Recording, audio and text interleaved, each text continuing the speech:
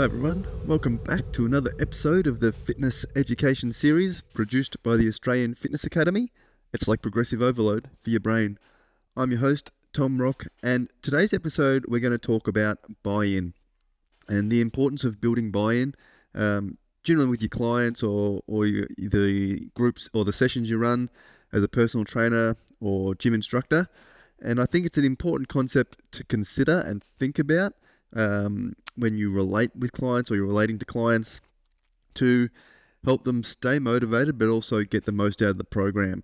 I guess this one topic sort of come to mind. Aaron sent me a bit of a meme the other day about sticking to your goals, and it had a guy that was choosing between three doors. One was like shredding for summer, one was bulking, and the last door, which the guy is kicking down, is trying to do both at the same time and going nowhere, which is a pretty funny thing and sort of a common thing. He thought it was funny because that's what I do, but within the fitness industry, and you potentially do it with your own programming, and I think that's why it's important to understand having a program is a good thing to follow and set in place so you can stick to one goal for a set amount of time. It's very easy to get, if you don't follow a program, to sort of jump and change between I want to whether it's increase muscle mass or I want to lose fat, and you do one thing for 2 weeks and go, no, I'm going to do the other one, and then you go back and forth, or maybe now it's I want to do strength and hypertrophy, and it's easy to and fro because we potentially get bored or we just get interested in something else in a short amount of time, and that's fine. There's nothing wrong with it. It can help you try different things and keep your training interesting, but in terms of trying to actually reach a long-term goal or reach a specific target, you want to stay focused for a good amount of time, whether it's 8 weeks, 12 weeks, that extended period, focusing on one goal and having both your training and your nutrition aiming for that goal is important. So we got to make sure, sticking to a plan is something that's important to see results long term, rather than trying something for 2 or 3 weeks and then going, oh, I'm going to change results, and then change and chop and change our goals.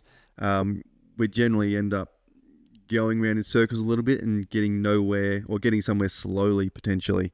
But again, what we want to do with clients is make sure they are following a program and it relates to their goals, and then they can stick to that long term to see results, whether it's muscle gain, strength gain, fat loss. We want to make the plan. So as a personal trainer or a gym instructor, we would hopefully come up with a plan and give them advice about how to get there and how to reach their goals. And then once we've planned it, we help them implement that plan and see them through that 8 weeks, that 12 weeks, that longer time duration, focusing on that one goal without chopping and changing and going around in circles. We want to keep them focused on that one goal that we've planned for them, so they can get to that end point and they have reached their goals. And it's something, like I said, potentially it's easy in our own training to go around in circles, try different things. Our focus has changed every 2 to 3 weeks. But aligning our habits, our nutrition, and our training goals into one purpose is important to get results long term in a certain aspect, and sticking to it for an extended period of time.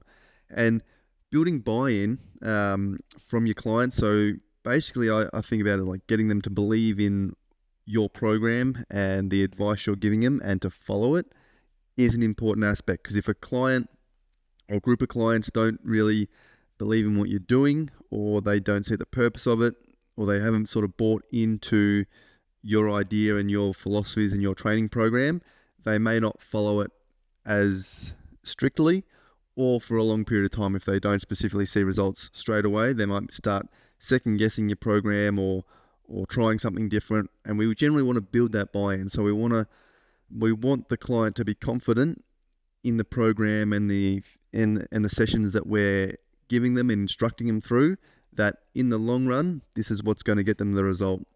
And any advice we give around nutrition and recovery and things is what they need to be doing. And the more buy-in we get from them, the more likely they are to actually implement everything we're saying. So the one sort of book that I've sort of enjoyed a lot in this space, and there's not a lot out there really, but it's called Conscious Coaching, and it's by Brett Bartholomew. So if you haven't heard of it, definitely look that up. It's not a sort of a well-known book, but a really good one that I used a lot. I read a lot, and it sort of helped me in my practice with groups of athletes and training groups of athletes in different stages of their development, I guess athlete development. And it's a really good resource in that sense, as in when you're dealing with a lot of athletes at once, each athlete is different, their personalities are different, but it's the same thing with clients. You'll have a range of clients, you might have group sessions or even individual clients, and you've got to relate to each one differently, depending on their personality and their style and what they like, what they dislike, all these sorts of things. So as a fitness instructor or a personal trainer, you've really got to be able to relate to a whole different range of individuals and peoples, and build buy-in from a range of different sort of personalities. And it's a really cool book. So it's Conscious Coaching by Brett Bartholomew. But we'll just go into one of the things it touches on, and one of the ideas around building buy-in. There's a whole lot of good stuff in there about understanding different types of personalities and people you'll come across in the or clients you'll come across in the fitness industry, and how to sort of relate to them. But in terms of building buy-in, I think there's one sort of section that I got a lot out of, and I think is a really cool way to think about building buy-in. There's a whole lot you can consider, but he talks about the 3 R's. So we've got research, relate, and reframe. And I think this is a really good structure to consider when building buy-in, or just trying to make sure clients are going to want to implement your program and build trust, I guess, in what you're doing and what you're prescribing them. So when it talks about, so the first step is research. So really research is about getting to know and asking questions of your client to understand what they want, and basically what they're expecting and what they're after. So it can change from client to client, but basically it's getting a good understanding of their goals and what they're really wanting to achieve. So that's the research side of things. It's really just asking them questions and getting to know the client. The next one is relate. So it's a little bit of a different one, but we really want to help the client understand that we can relate to them. So whether we've done something similar, or we've worked with this client in a similar situation, or just sort of building that rapport and getting them to understand that you know what they're talking about, or how they're feeling, or what their goals mean to them. So it doesn't mean you have to have done the exact same thing or been in the exact same situation, but being able to obviously research and find out what their goals are, what they're really wanting to achieve, and then showing them or being able to communicate to them that you can relate to how they're feeling, or you have been in someone similar and you've sort of helped clients before previously in that situation, is important. So basically it helps them know that you know what they're looking for. And if they know that you know what they're after, it's going to help them buy in, and they go think, oh, okay, Tom can actually help me with this because he understands what I'm talking about. So that's really important. So it's research, relate. The last one is reframe. And this is a good one, I think, for the fitness industry, because sometimes there's a heap of information out there on the internet, readily available, Instagram, TikTok these days. Even they may have worked with previous personal trainers, or their friends have, and their friends are giving them these advice. And sometimes when we're trying to give a program or implement a program with a client, buy-in can be tough if they've got preconceptualized ideas about what they should be doing. So examples like fat loss, for example, if they're doing resistance training, or you prescribe resistance training for fat loss, and they're like, well, shouldn't I just be doing cardio? And they see all this information on the internet saying they just need to go for runs, they just need to, whatever it is, but you know that resistance training is going to help maintain muscle mass, and in the long run, that's going to be good for maintaining metabolism and making sure when they do lose weight, they're losing fat, not losing muscle. That's the sort of, so they might have this preconceived idea that they don't, or resistance training is bad because it's going to build muscle and increase their weight. So when we come to the reframe of the 3 R's, research, relate, and reframe, if we build that initial buy-in and that initial rapport with the client, and and build that trust, we hopefully can reframe their mind and their thought behind the training that they're doing, so they can, whether it's a little bit of education and discussing with them,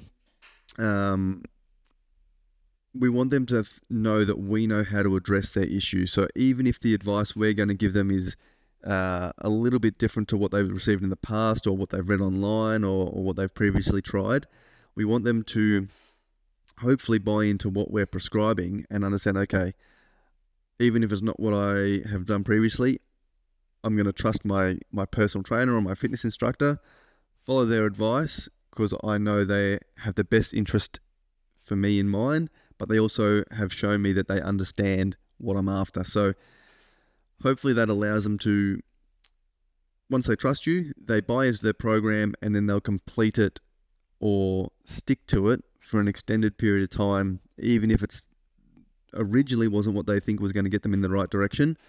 If you can sort of relate to their issue or relate to their goal, and then reframe their idea and their thoughts behind, well, why should I be resistance training if my goal is weight loss, which we potentially is fat loss, and we can reframe their thoughts into how good it can be and why building muscle is important or maintaining muscle mass is important.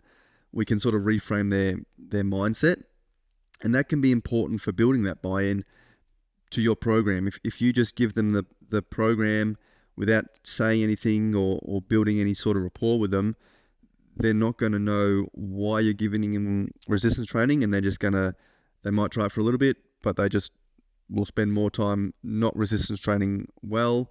They might just go off and do running, and then they'll wonder potentially why they didn't reach their goals, or they'll finish your program and they won't get any or great transformation or see any good reaching those goals.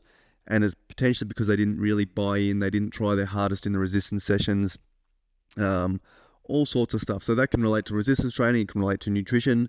I think sometimes being able to reframe a client's thoughts around potentially nutrition or potentially what they're doing in the gym or outside of the gym is a really important thing, because a lot of the time they will have seen things or heard things that potentially we know as personal trainers or fitness instructors aren't inherently accurate. So we need to be able to reframe and say, well, maybe it's nutrition based. Maybe all their friends have gone keto and they're not eating carbohydrates, and they think, well, that's a great idea. I'm going to cut out all carbohydrates, and that's going to help me lose fat or whatever it is. But we might want to educate them the other way, and when they get that conflicting ideas, it's really important that they know where we're coming from and why we're giving them the advice we are. And building that buy-in and relationship with your clients is a really important step. And if you can do it, they're going to buy in and get a lot out of your program, and they're going to stick to it. So just something to think about. I think the buy-in is something we don't always, doesn't always come straight to mind when we talk about clients, and we always talk about sets, reps, what exercise we're going to pick for them, program balance, what split am I going to do, but we don't actually talk a lot about building relationships. And I think it's a very important part of any sort of fitness instructor or personal training job is relating to clients, not only obviously to build rapport and make sure they have a good time and that you interact well with them, but also that they can buy into what you're saying and they trust the advice you're giving them. So yeah, just a quick little discussion, guys, but I think that's something that I got a lot out of early on in my coaching and training career, is the idea that how to relate differently to different athletes or different clients seeking different things, and building that trust is one big thing. So yeah, hopefully you get a bit out of this one, guys, or gives you something to think about. If you do have any thoughts on this, shoot me an email, please, at tom@afa.com.au. If you have any other topics or things you'd like me to discuss, you've seen anything in the gym, you're trying a new program, anything you've got, guys, fitness or nutrition related, that you want to get my thoughts on, send an email to tom@afa.com.au, and I'm more than happy to cover anything you guys would like me to cover. Anyway, have a great weekend, guys, and I'll talk to you all soon.